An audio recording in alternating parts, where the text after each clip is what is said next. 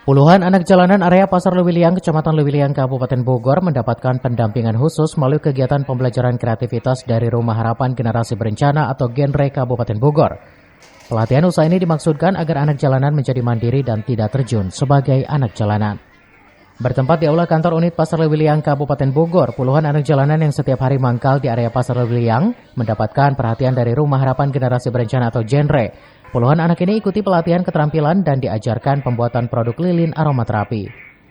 Antusias anak jalanan tersebut terlihat serius memperhatikan para pembimbing. Kegiatan ini bekerja sama dengan program kreativitas mahasiswa dari kelompok mahasiswa IPB University Dramaga. Duta Genre Kabupaten Bogor mengatakan kegiatan itu merupakan salah satu bentuk kepedulian terhadap anak-anak yang kurang beruntung dalam mendapat pendidikan yang layak.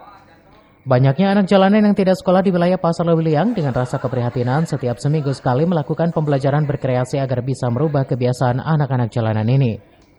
Ya, jadi Rumah Harapan Genre ini pada hari ini ada pembuatan lilin aromaterapi. Jadi Rumah Harapan Genre ini untuk mengajarkan adik-adik jalanan yang ada di sekitar Pasar Lewiliang. Nah, ini bentuk kreativitas yang bekerjasama dengan PKM Pengabdian Masyarakat dari mahasiswa IPB. Kegiatannya ini setiap minggu, di hari Minggu pada jam 9 sampai dengan jam 12.